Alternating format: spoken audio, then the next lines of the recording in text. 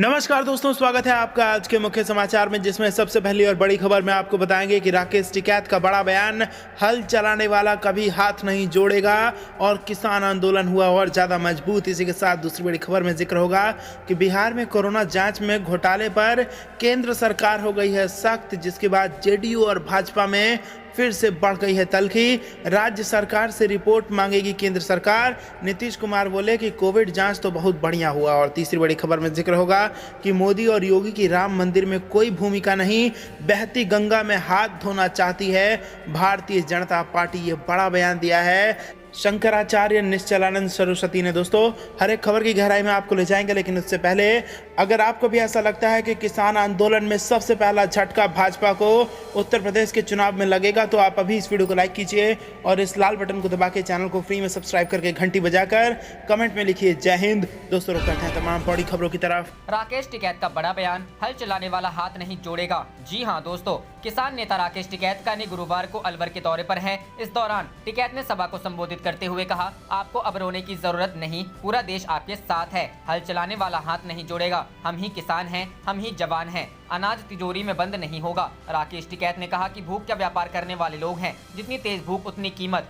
रोटी को तिजोरी में बंद नहीं होने देंगे, बाजार की वस्तु नहीं बनने देंगे। जब तक पूरे देश में एमएसपी पर खरीद नहीं होगी, आंदोलन जारी रहेगा। उन्होंने कहा कि सरकार किसान आंदोलन को हरियाणा पंजाब का आंदोलन बता रही है। बीजेपी वाले कह रहे हैं कि यह नुक्कड़ की दुकान करने वाले का आंदोलन है। राकेश टिकैत का कहना है कि बिजली का कनेक्शन नहीं है, सस्ता खरीदकर सस्ता बेचते हैं। जब हिसाब से सरकार आई थी वैसे जाएगी, जिस हिसाब से सरकार आई थी वैसे जाएगी। गुजरात बंधन में है, गुजरात को आजाद कराना है। गुजरात की आवाम पूरी दुनिया से कटी है, हम जाएंगे। गुजरात संपर्क में है, वो दहशत में है। दिल्ली जाने वाले के घर पुलिस जाती है। गुजरात में आगामी बैठक करेंगे। ये लड़ाई जारी रहेगी जब तक 3 बिल वापस नहीं हो जाते। राकेश टिकैत ने जनसभा को संबोधित करते हुए कहा कि स्वामीनाथन रिपोर्ट लागू नहीं होगी। जयपुर दिल्ली कभी बंद नहीं हुआ, इस बार ऐतिहासिक बंद हुआ है। आप शाहजहांपुर बॉर्डर बंद करो, राजस्थान की जिम्मेदारी मेरी है। आपके भरोसे शाहजहांपुर बॉर्डर छोड़कर जाते हैं। उन्होंने कहा कि 18 तारीख को ट्रेन रोकना है। यहाँ तोड़ फोड़ बहुत हुई, ऐतिहासिक जाम होगा। फूल लेकर जाएंगे, नई मिसाल बनाएंगे। ट्रेन की पूजा करो, किसान की साथी है ट्रेन। फूल चढ़ाकर 4 घंटे रोकना है।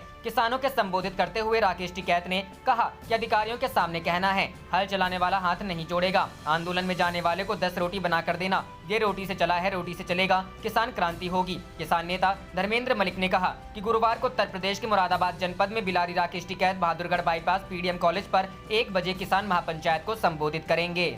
रुक करते हैं अगली खबर की तरफ। बिहार में कोरोना जांच में घोटाले पर केंद्र सरकार सख्त, राज्य सरकार से रिपोर्ट मांगी। नीतीश बोले, कोविड जांच तो बहुत बढ़िया हुआ है। जी हां दोस्तों, बिहार में कोरोना टेस्ट में घोटाला उजागर होने के बाद केंद्र सरकार भी हैरान हो गई है। केंद्रीय स्वास्थ्य मंत्री और स्वास्थ्य सचिव ने बिहार सरकार से जवाब मांगा है। उधर नीतीश कुमार ने कहा है कि बिहार में कोरोना जाँच बहुत बढ़िया तरीके से हुआ है, थोड़ी बहुत गड़बड़ी हुई होगी तो कार्रवाई होगी। केंद्र सरकार ने मांगा जवाब। दरअसल एक अंग्रेजी अखबार ने विस्तृत रिपोर्ट छापी है, जिसमें बिहार में कोरोना जांच में बड़े पैमाने पर घोटाले को उजागर किया गया है। अंग्रेजी अखबार की रिपोर्ट के मुताबिक फर्जी नाम और मोबाइल नंबर का जिक्र कर कोरोना टेस्टिंग के आंकड़े गढ़ लिए गए। एक ही मोबाइल नंबर को 26 लोगों के नाम के साथ दर्ज कर सभी की जांच कराने की जानकारी दी गई। जब पड़ताल की गई तो पता चला कि जिसका मोबाइल है उसने कभी जांच करवाई ही नहीं। जिनके नाम दर्ज हैं वे सब फर्जी नाम हैं। ऐसे कई मामले उजागर हुए हैं। हद तो ये है कि कोरोना जांच कराने वाले का फर्जी नाम गढ़ने में 0000000 मोबाइल नंबर भी दे दिया गया। राज्यसभा में भी उठा मामला।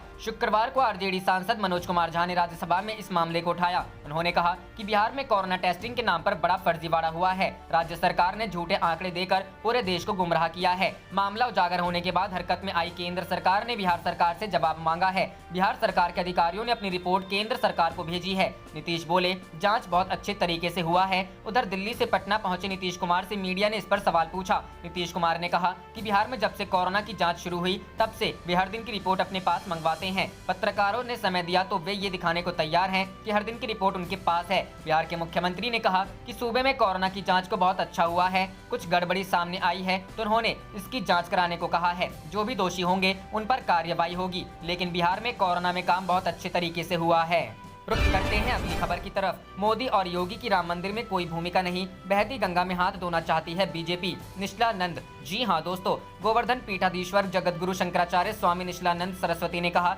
कि भारतीय जनता पार्टी राम मंदिर निर्माण का राजनीतिक श्रेय लेना चाह रही है। शंकराचार्य ने माघ मेला के अपने शिविर में कहा, केंद्र में भारतीय जनता पार्टी का शासन है, उन्हें विश्व हिंदू परिषद और राष्ट्रीय स्वयंसेवक का बल प्राप्त है। इस अवसर पर वह अयोध्या में श्री राम मंदिर निर्माण का श्रेय प्राप्त करना चाहते हैं। उन्होंने कहा, प्रधानमंत्री नरेंद्र मोदी और उत्तर प्रदेश के मुख्यमंत्री योगी आदित्यनाथ की राम मंदिर को लेकर कोई भूमिका रही हो, ऐसा तो नहीं है, लेकिन जब शासन तंत्र है तो बहती गंगा में हाथ धोने से कौन चूकेगा। स्वामी निश्चलानंद ने बताया कि तत्कालीन प्रधानमंत्री नरसिम्हा राव के समय 3 शंकराचार्यों और वैष्णवाचार्यों ने रामालय ट्रस्ट पर हस्ताक्षर कर दिए थे, लेकिन उन्होंने हस्ताक्षर करने से इनकार कर दिया था। मेरी उपेक्षा कर दी जाती तो मैं मुर्दाबाद करने वाला तो नहीं हूँ, सत्य को प्रकट करने वाला हूँ। यदि हस्ताक्षर कर दिया होता तो मंदिर और मस्जिद दोनों की योजना क्रियान्वित हो गई होती। तब जो श्रेय आज भाजपा को मिल रहा है या मिलने वाला है, नरसिम्हा राव के शासनकाल में कांग्रेस को मिल गया होता। रुख करते हैं अगली खबर की तरफ। अखिलेश का तंज, कहा बीजेपी राज में विकास की बत्ती गुल और कानून व्यवस्था में भ्रष्टाचार फुल। जी हां दोस्तों, समाजवादी पार्टी के राष्ट्रीय अध्यक्ष अखिलेश यादव ने शुक्रवार को ट्वीट कर बीजेपी सरकार पर एक बार फिर निशाना साधा है। उन्होंने एक ट्वीट किया, इधर बिना बिजली लगे ही मीटर आ गए, उधर भाजपा विधायक ही कह रहे हैं कि पुलिस वाले ही अवैध शराब की भट्टी चलवा रहे। मतलब भाजपा के राज में विकास की बत्ती गुल है और कानून व्यवस्था में भ्रष्टाचार फुल है। इससे पहले सपा के राष्ट्रीय अध्यक्ष अखिलेश ने कहा कि ये सरकार जानबूझकर सपा के नेताओं और कार्यकर्ताओं पर झूठे मुकदमे लगा रही है। वहीं जनता तैयार है, जिस दिन मौका मिलेगा इस सरकार को हटा देगी। उन्होंने कहा कि आजम खान साहब हमारी पार्टी के नेता हैं, इसलिए हम उनके साथ हैं। अखिलेश कहते हैं कि बजट के बाद यूनिवर्सिटी को बचाने के लिए साइकिल यात्रा निकालेंगे। अखिलेश यादव ने साथ ही ट्वीट कर बीजेपी सरकार पर निशाना साधा। उन्होंने लिखा, सबका पेट भरने वाले किसानों को भाजपा भूखा प्यास रखकर बस झूठे आरोप लगाकर हराना चाहती है, लेकिन चंद भाजपाइयों को छोड़कर 125 करोड़ हिंदुस्तानी आज भी किसानों के साथ खड़े हैं। सपा किसानों के साथ है। रुख करते हैं अगली खबर की तरफ। सरकार चलाने में और मुंह चलाने में बड़ा अंतर है, कमलनाथ। पूर्व सीएम ने प्रदेश में कानून व्यवस्था पर उठाए सवाल। जी हां दोस्तों, पूर्व सीएम कमलनाथ ने ट्वीट कर बीजेपी के माफिया मुक्त अभियान को जुमला बताया है। अपने ट्वीट में पीसीसी चीफ कमलनाथ ने लिखा, मध्य प्रदेश में शिवराज सरकार का ये कैसा माफिया मुक्त अभियान। प्रदेश भर से हर दिन माफिया के आतंक की, गुंडागर्दी की, खुली गोलीबारी की, पुलिस कर्मियों पर हमले की घटनाएं सामने आ रही हैं। पूर्व सीएम कमलनाथ ने ट्वीट में लिखा कि माफिया हर दिन सरकार को खुली चुनौती दे रहे हैं, सारे नारे जुमले साबित हो रहे हैं। इसीलिए तो मैं कहता हूं कि सरकार चलाने में और मुंह चलाने में बड़ा अंतर है। रुख करते हैं अगली खबर की तरफ। पैंगोंग झील पर चीन से करार पर बोले राहुल गांधी, डरपोक पीएम मोदी ने किया सैनिकों का अपमान। जी हां दोस्तों, केंद्र सरकार भले ही चीन से पैंगोंग लेक को लेकर हुए करार को भारत की जीत बता रही है, लेकिन कांग्रेस नेता राहुल गांधी ने सरकार पर तीखा हमला बोला है। राहुल गांधी ने कहा कि आखिर सरकार चीन की घुसपैठ के बारे में क्यों कुछ नहीं बोल रही है और हमें अपनी ही पवित्र जमीन से पीछे क्यों हटना पड़ा है। राहुल गांधी ने कहा कि इस करार में जीत हमारी नहीं बल्कि चीन की हुई और हमारी सेना पीछे हटी है। यही नहीं, उन्होंने पीएम मोदी को कायर बताते हुए कहा कि वह चीन के सामने खड़े होने से क्यों डर रहे हैं, वह हमारे सैनिकों के बलिदान का अपमान कर रहे हैं। राहुल गांधी ने कहा, कल रक्षा मंत्री ने पूर्वी लद्दाख को लेकर बयान दिया था, अब हमारे सैनिक पैंगोंग लेक में फिंगर 3 पर तैनात होंगे। इससे पहले हमारे सैनिक फिंगर 4 पर तैनात रहते थे और वह हमारी जमीन है। अब हम फिंगर 4 से आखिर फिंगर 3 पर क्यों आ गए हैं? आखिर पीएम नरेंद्र मोदी ने हमारे देश की जमीन चीन को क्यों दे दी है? राहुल गांधी ने पीएम नरेंद्र मोदी पर हमला बोलते हुए कहा कि उनकी जिम्मेदारी है कि देश की रक्षा की जाए, वह इस काम को कैसे करते हैं यह उनकी चिंता है, मेरी नहीं है, लेकिन देश की सुरक्षा सुनिश्चित की जानी चाहिए। डिफेंस मिनिस्टर राजनाथ सिंह के संसद में दिए बयानों पर टिप्पणी करते हुए राहुल गांधी ने कहा कि उन्होंने रणनीतिक लिहाज से बेहद अहम देपसांग इलाके के बारे में कोई बात नहीं कही है। उन्होंने कहा कि इस इलाके में चीन ने घुसपैठ की थी और इसके बारे में सरकार की ओर से कोई बात नहीं की गई। रुख करते हैं अगली खबर की तरफ। एलआईसी पर राहुल गांधी के सुलगते सवालों से मोदी सरकार में बड़ी बेचैनी, जवाब देने की बजाय निशाना साधने में जुटे मंत्री। जी हां दोस्तों, केंद्रीय रक्षा मंत्री राजनाथ सिंह ने गुरुवार को पूर्वी लद्दाख की मौजूदा स्थिति पर संसद में बयान दिया। रक्षा मंत्री द्वारा संसद में दिए गए पर कांग्रेस के पूर्व अध्यक्ष राहुल गांधी ने आज प्रेस कॉन्फ्रेंस कर मोदी सरकार से कई सुलगते सवाल पूछे। उन्होंने कहा कि प्रधानमंत्री नरेंद्र मोदी और रक्षा मंत्री इन सवालों को जवाब दें। राहुल गांधी द्वारा पूछे गए सवालों से मोदी सरकार और उसके मंत्रियों में बेचैनी बढ़ गई है। आलम यह है कि मोदी के मंत्री राहुल गांधी द्वारा पूछे गए महत्वपूर्ण सवालों के जवाब देने की बजाय अपनी सरकार का बचाव करते दिखे और राहुल गांधी पर निशाना साधते नजर आए। भारत चीन डिसएंगेजमेंट पर दिए गए राहुल गांधी के बयान पर केंद्रीय मंत्री आर के सिंह ने कहा कि हमारी सरकार ने आसपास के देशों को जता दिया है कि अगर आप भारत पर वार करेंगे तो भारत भी वार करेगा। उन्होंने राहुल गांधी ना समझते हुए ना ही समझने का प्रयास करते हैं,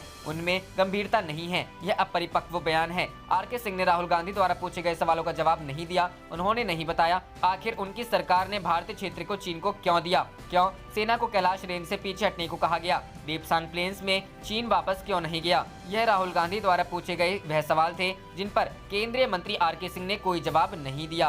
रुख करते हैं अगली खबर की तरफ। देश भर में आंदोलन फैलाने की तैयारी, अलग अलग राज्यों में किसान महापंचायत का ये है प्लान। जी हां दोस्तों, कृषि कानून के खिलाफ आंदोलन कर रहे किसानों ने अब अपनी लड़ाई को और भी व्यापक करने का फैसला लिया है। दिल्ली की सीमाओं पर पहले ही करीब 80 दिनों से आंदोलनकर्ता सड़क पर बैठे हैं, लेकिन अब देश के अलग अलग हिस्सों में किसान महापंचायत का आयोजन किया जाएगा। किसान संगठनों के संयुक्त किसान मोर्चा ने गुरुवार को इस बात का ऐलान किया है। संयुक्त किसान मोर्चा ने एक बार फिर साफ किया कि जब तक तीनों कृषि कानून वापस नहीं होंगे वो लोग अपने आंदोलन को खत्म नहीं करेंगे। साथ ही एमएसपी पर कानून भी बनना चाहिए। कब और कहां करेंगे किसान महापंचायत? संयुक्त किसान मोर्चा की कोशिश है कि अब राज्यवार तरीके से किसान महापंचायत का आयोजन किया जाए ताकि हर राज्य के लोग इस आंदोलन से जुड़ सके और उनकी बात पहुंच सके। किसान नेता दर्शन पाल के मुताबिक उत्तर प्रदेश के मुरादाबाद में 12 फरवरी, हरियाणा के बहादुरगढ़ में 13 फरवरी, राजस्थान की श्री गंगानगर में 18 फरवरी, राजस्थान के ही हनुमानगढ़ में 19 फरवरी और सीकर में 23 फरवरी को महापंचायत का आयोजन किया जाएगा। अलग अलग राज्यों में किसान महापंचायत करने का ये ऐलान तब हुआ है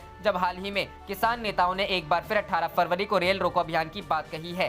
गौरतलब है कि इससे पहले भी पश्चिमी उत्तर प्रदेश और हरियाणा के कई शहरों में किसान महापंचायत का आयोजन किया गया है। किसान संगठनों का दावा है कि सरकार की ओर से आंदोलन को तोड़ने की कोशिशें की जा रही हैं। टिकरी बॉर्डर पर हरियाणा सरकार द्वारा सीसीटीवी कैमरे भी लगाने की बात कही है। किसान संगठनों ने कहा है कि अब वो अपनी ओर से ही अलग अलग प्रदर्शन स्थलों पर इंटरनेट की सुविधा का प्रबंध कर रहे हैं। गौरतलब है कि कृषि कानूनों के खिलाफ सड़क से संसद तक संग्राम हो रहा है। किसानों का आंदोलन करीब 80 दिनों से जारी है, तो वहीं बजट सत्र में संसद में भी बवाल हो रहा है। पहले प्रधानमंत्री नरेंद्र मोदी ने संसद के दोनों सदनों में अपने संबोधन में कृषि कानून के फायदे बताए, साथ ही विपक्ष पर किसानों को गुमराह करने का आरोप लगा दिया। तो गुरुवार को कांग्रेस सांसद राहुल गांधी ने सरकार द्वारा लाए गए कृषि कानूनों के नुकसान गिना दिए। रुख करते हैं अगली खबर की तरफ। चुनाव से पहले ममता ने फिर उठाए सवाल, कहा ईवीएम हैक किया जा सकता है, वोटों के साथ पर्ची निकले। जी हां दोस्तों, बंगाल विधानसभा चुनाव की तारीखों का ऐलान से पहले मुख्यमंत्री ममता बनर्जी ने ईवीएम पर सवाल खड़ा कर दिया है और चुनाव आयोग से कहा है कि वह सबकी सुने। एक न्यूज चैनल के कार्यक्रम में ममता ने अपील की कि चुनाव आयोग सबकी सुने, केंद्र सरकार के बहकावे में न आए। ममता ने चुनाव से पहले ही ईवीएम पर सवाल खड़ा करते हुए कहा कि ईवीएम पर कई लोगों ने सवाल उठाया है, कई वरिष्ठ सेवानिवृत्त अधिकारियों ने चिट्ठी लिखकर सवाल किए थे। ममता ने कहा कि ईवीएम हैक किया जा सकता है, यह सभी जानते हैं, अंतर्राष्ट्रीय स्तर पर भी इसकी चर्चा है, सभी जानते हैं ईवीएम में जो वीवीपैट लगा होता है उसमें पर्ची निकलती है, हर वोट पर यह पर्ची नहीं निकलती, हर वोट पर पर्ची निकलनी चाहिए, लोगों को पता होना चाहिए कि उन्होंने किसे वोट दिया है, पर्ची में जिस पार्टी को वोट दिया उसके चुनाव का निशान दिखना चाहिए। हमारी भी यही मांग है, हम इसके लिए चुनाव आयोग को चिट्ठी लिख रहे हैं, हम उनसे यह मांग करेंगे। ममता ने पहले भी ईवीएम को लेकर सवाल खड़े कर चुकी हैं। इससे पहले भी उन्होंने कहा था कि हमें ईवीएम नहीं चाहिए, हम बैलेट पेपर से मतदान चाहते हैं। उन्होंने लोकतंत्र बचाने के लिए बैलेट पेपर को वापस लाने की मांग की थी। जिस वक्त ममता बनर्जी ने ईवीएम के खिलाफ प्रदर्शन शुरू किया था तो उस वक्त ही कहा था हम ईवीएम के खिलाफ इस आंदोलन को घर घर लेकर जाएंगे। उन्होंने अमेरिका का उदाहरण देते हुए कहा था कि वहां क्यों बैलेट पेपर पर लौटा, ईवीएम मात्र 2% वेरीफाइड है, 98% नहीं है। रुख करते हैं अगली खबर की तरफ। एलएसी पर राजनाथ सिंह के बयान के बाद कांग्रेस ने मोदी सरकार से पूछे 8 तीखे सवाल। जी हां दोस्तों, रक्षा मंत्री राजनाथ सिंह ने गुरुवार को संसद में भारत चीन सीमा विवाद पर बयान दिया। इस दौरान राजनाथ सिंह ने बताया कि ईस्टर्न लद्दाख में भारत और चीन के बीच अपनी अपनी सेनाओं को पीछे हटाने पर सहमति बनी गई है। उन्होंने कहा कि समझौते में भारत ने कुछ भी खोया नहीं है, बल्कि भारत ने अपनी स्थिति को मजबूत किया है। राजनाथ सिंह के बयान के बाद कांग्रेस ने केंद्र सरकार पर देश की राष्ट्रीय सुरक्षा और क्षेत्रीय संप्रभुता के साथ समझौता करने का आरोप लगाया है। कांग्रेस के मुख्य प्रवक्ता रणदीप सुरजेवाला ने आरोप लगाया है कि सरकार लद्दाख में सेना को पीछे हटा रही है, लेकिन इस बात का कोई आश्वासन नहीं है कि अप्रैल 2020 की स्थिति को फिर से कब बहाल किया जाएगा। मोदी सरकार भारत की राष्ट्रीय सुरक्षा और क्षेत्रीय संप्रभुता के साथ समझौता कर रही है। प्रधानमंत्री नरेंद्र मोदी चीन के लिए एक भी शब्द कहने से डर रहे हैं। रक्षा मंत्री गुमराह कर रहे हैं और भ्रामक जानकारी दे रहे हैं। उन्होंने इस बात की जानकारी नहीं दी है कि आखिर कब चीन भारतीय जमीन से पीछे हटेगा। कांग्रेस की ओर से मोदी सरकार के सामने 8 सवाल रखे गए हैं। मोदी सरकार और रक्षा मंत्री इस बात का आश्वासन देने में विफल रहे हैं कि 20 अप्रैल 2020 की स्थिति एलएसी पर कब बरकरार होगी। अप्रैल 2020 में जब चीनी भारतीय सीमा में घुसी और उसने अवैध निर्माण कराया, आखिर कब पूर्व की स्थिति बरकरार होगी। प्रधानमंत्री और रक्षा मंत्री क्या इसे समझा सकते हैं कि आखिर क्यों वे देश की सीमा की सुरक्षा करने में विफल रहे। मोदी सरकार हमेशा से पूरे लद्दाख में सेना को पीछे लेने की बात करती रही है। ऐसे में आखिर क्यों मोदी सरकार ने पैंगोंग त्सो लेक इलाके से सिर्फ सेना को पीछे हटाने पर सहमति बनाई थी, जिसकी वजह से भारत की एलएसी में बदलाव हुआ। पैंगोंग लेक इलाके में फिंगर 4 पर भारत का कब्जा था और हम नॉर्थ बैंक पर फिंगर 8 तक पेट्रोलिंग कर रहे थे, लेकिन अब भारत फिंगर 3 से पीछे हट रहा है। क्या ऐसा करके हम फिंगर 3 और फिंगर 8 के बीच बफर जो नहीं बनने दे रहे हैं, जो कि भारत की ओर एलएसी में है। कैलाश रेंज और पैंगोंग लेक के दक्षिणी बैंक हिस्से से भी हम सेना वापस बुला रहे हैं। यहाँ हमारे सैनिकों में जबरदस्त साहस का परिचय दिया था, आखिर हम क्यों अपनी सेना को यहाँ से वापस बुला रहे हैं। देपसांग प्लेन में चीन ने घुसपैठ की, जो कि काफी अहम इलाका है। चीन ने 18 किलोमीटर तक के हिस्से पर कब्जा कर लिया। यह हिस्सा रणनीतिक तौर पर काफी अहम है। ऐसे में आखिर क्यों इस इलाके के साथ समझौता किया गया। चीनी घुसपैठ गोरगा हॉट स्प्रिंग तक जारी थी। आखिर क्यों पीएम और रक्षा मंत्री इस मसले पर चुप हैं? आखिर क्यों चीनी सेना को यहां से पीछे हटाने की बात नहीं कही गई। रिपोर्ट के अनुसार चीनी सैनिक लद्दाख के चुमुर में भी पेट्रोलिंग कर रहे हैं। इस पर पीएम और रक्षा मंत्री ने कुछ नहीं कहा। यह हमारे लिए रणनीतिक तौर पर जरूरी इलाका नहीं है। मोदी सरकार में मंत्री वीके सिंह ने देश हित से इतर बयान दिया था और चीन को यह मौका दिया था कि वह भारत को उकसाने वाला करार दे सके। आखिर क्यों वीके सिंह के खिलाफ कोई कार्रवाई नहीं की गई? क्या उन्होंने पीएम के इशारे पर बयान दिया था? रुख करते हैं अगली खबर की तरफ। लोकसभा में मोदी सरकार पर बरसे राहुल, कहा ये हम दो हमारे दो की सरकार। जी हां दोस्तों, कांग्रेस नेता राहुल गांधी ने गुरुवार को लोकसभा में बोलते हुए 3 कृषि कानूनों के मुद्दे पर केंद्र सरकार पर जमकर निशाना साधा। राहुल गांधी ने कहा कि पहले कानून का कंटेंट मंडी को खत्म करना है, जबकि दूसरे कानून का कंटेंट यह है कि बड़े बड़े उद्योगपति अनलिमिटेड अनाज और सब्जी को स्टॉक कर सके। राहुल ने कहा कि सालों पहले फैमिली प्लानिंग का एक नारा था, हम दो हमारे दो। आज देश को 4 लोग चला रहे हैं। ये लोग कौन हैं? सब जानते हैं। मोदी सरकार पर साधा निशाना। राहुल गांधी ने कहा कि पीएम कहते हैं कि उन्होंने विकल्प दिए हैं। हाँ, आपने 3 विकल्प दिए हैं, भूख, बेरोजगारी और आत्महत्या। राहुल ने कहा कि पहले फैमिली प्लानिंग का नारा था, हम दो हमारे दो। आज देश को 4 लोग चलाते हैं। सब लोग इन 4 को जानते हैं। राहुल ने कहा कि ये देश का आंदोलन है। किसान अंधेरे में सरकार को टॉर्च दिखा रहा है। ये लिख कर ले लीजिए, किसान 1 इंच पीछे हटने वाला नहीं है। सरकार को कानून वापस लेना ही पड़ेगा। कृषि कानूनों के कंटेंट और इंटेंट पर बात। राहुल गांधी ने कल के पीएम मोदी के भाषण का जिक्र करते हुए कहा कि कृषि कानूनों के कंटेंट और इंटेंट पर बात कर लेते हैं। कांग्रेस नेता ने सदन में कहा कि पहले कानून का कंटेंट है कि कोई भी व्यक्ति देश में कहीं भी कितना भी अनाज, फल, सब्जी खरीद सकता है। अब जब देश में अनलिमिटेड खरीदी होगी तो मंडी में कौन जाएगा? तो पहले कानून का कंटेंट मंडी को खत्म करना है। रुख करते हैं अगली खबर की तरफ। किसान मोर्चे ने तय कर लिया है कि व्यापारी भूख पे कीमतें तय नहीं करेगा। राकेश टिकैत। जी हां दोस्तों, किसान नेता राकेश टिकैत ने कहा कि हमारे आगे की रणनीति होगी कि अनाज को कम कीमत पर नहीं बिकने देंगे। जो एमएसपी है उससे कम पर खरीद नहीं होगी। किसान मोर्चे ने तय कर लिया है कि व्यापारी भूख में कीमतें तय नहीं करेगा। आम जनता की अनाज और रोटी तिजोरी में बंद नहीं होगी। रुख करते हैं अगली खबर की तरफ। बंगाल के चुनाव परिणाम पर बोली ममता बनर्जी, आत्मविश्वास 110%, सीटें 221 से कम नहीं। जी हां दोस्तों, पश्चिम बंगाल का चुनावी माहौल अपने चरम पर है। जमकर रैलियां हो रही हैं। इस बीच इंडिया टुडे ईस्ट कॉन्क्लेव 2021 का कोलकाता में आयोजन किया गया। इस मंच पर बंगाल के राज्यपाल के अलावा मुख्यमंत्री ममता बनर्जी समेत कई वरिष्ठ नेताओं ने शिरकत की। ममता बनर्जी ने दावा किया कि इस चुनाव में उनकी सीटें 221 से कम नहीं आएंगी। 2 बार से बंगाल के मुख्यमंत्री का पद संभाल रही ममता बनर्जी ने कहा कि वो इस बार भी अपनी जीत को लेकर आश्वस्त हैं। ममता बनर्जी ने कहा कि उन्हें जीत का 110% विश्वास है। सीटों के बारे में तो ममता बनर्जी ने एग्जैक्ट संख्या नहीं बताई, लेकिन उन्होंने कहा कि हमें 2 बार जितनी सीटें मिली हैं, इस बार उससे ज्यादा तो जरूर आएंगी। ममता ने कहा कि उनकी पार्टी की सीटें इस बार 221 से कम नहीं आएंगी। बता दें कि ममता बनर्जी के नेतृत्व में तृणमूल कांग्रेस लगातार 2 बार से बंगाल की सत्ता पर काबिज है। 2011 में तृणमूल कांग्रेस ने 184 सीटें जीती थी, जबकि 2016 में टीएमसी ने बड़ी बढ़त बनाते हुए 211 सीटों पर परचम लहराया था। यानी बंगाल से लेफ्ट को उखाड़ने वाली ममता बनर्जी ने पिछले 2 चुनावों में जबरदस्त जीत हासिल की है। इस बार भी इन्होंने ऐसे ही नतीजों का भरोसा जताया है। हालांकि इस बार ममता बनर्जी की बड़ी लड़ाई बीजेपी से है। बंगाल की राजनीति में एक कदम किनारे पर रहने वाली बीजेपी को इस बार दमदार दावेदार बताया जा रहा है। यहाँ तक कि ये अनुमान जताए जा रहे हैं कि इस बार का चुनाव टीएमसी और बीजेपी के बीच ही रहने वाला है। ऐसे में जहाँ बीजेपी ने बंगाल में पूरी ताकत झोंकी हुई है, वैसे में ममता बनर्जी का अपनी परफॉर्मेंस को बनाए रखना चुनौतीपूर्ण माना जा रहा है। ममता बनर्जी ने कहा कि कि पश्चिम बंगाल में कभी जाति की राजनीति नहीं हुई, लेकिन अब बीजेपी ने इसकी शुरुआत कर दी है। बीजेपी के लोग हर धर्म को एक साथ लेकर नहीं चलते हैं, बल्कि बांटने का काम करते हैं। ममता ने कहा कि बीजेपी वालों ने बंगालियों को भी बांट दिया है, उन्होंने बंगालियों को भी बंगालियों से लड़ा दिया है। रुख करते हैं अगली खबर की तरफ। अखिलेश यादव ने भाजपा सरकार पर कसा तंज, पूछा कमान किसी के हाथ में और लगाम किसी के। जी हां दोस्तों, समाजवादी पार्टी के अध्यक्ष व उत्तर प्रदेश के पूर्व मुख्यमंत्री अखिलेश यादव ने भाजपा सरकार पर हमला बोला है। अखिलेश यादव ने ट्वीट करते हुए पूछा है कि क्या यही है भाजपाइयों की संकल्प से सिद्धि की व्याख्या, जहां कमान किसी के हाथ में और लगाम किसी के हाथ में। इससे पहले अखिलेश यादव आंदोलनजीवी कहे जाने वाले बयान पर प्रतिक्रिया देते हुए कहा, अब जो घर घर जाकर चंदा ले रहे हैं, क्या वे चंदा जीवी संगठन के सदस्य नहीं है? वहीं अखिलेश के इस बयान के बाद संतों में काफी विरोध है। पूर्व मुख्यमंत्री अखिलेश यादव ने भाजपा सरकार पर तंज कसते हुए एक सवाल पूछा है। अखिलेश यादव ने ट्वीट करते हुए लिखा, 1857 की क्रांति के बाद अंग्रेजों की सरकार ने व्यापारी ईस्ट इंडिया कंपनी से सत्ता अपने हाथ में ले ली थी और आज की भाजपा सरकार अपनी सत्ता व्यापारियों के हाथ में दे रही है। क्या यही है भाजपाइयों की संकल्प से सिद्धि की व्याख्या, जहां कमान किसी के हाथ में और लगाम किसी के हाथ में? चंदा जीवी वाले बयान पर महंत धर्मदास ने भी अखिलेश यादव पर निशाना साधते हुए कहा कि ना कभी अखिलेश यादव ने और ना ही कभी उनके पिता ने राम मंदिर के लिए एक भी ईंट रखने का काम किया है। हनुमानगढ़ी के महंत राजू दास ने कहा, अखिलेश यादव अभी भी होश में आ जाओ। आप देख रहे थे आपका अपना चैनल जय हिंद जय भारत।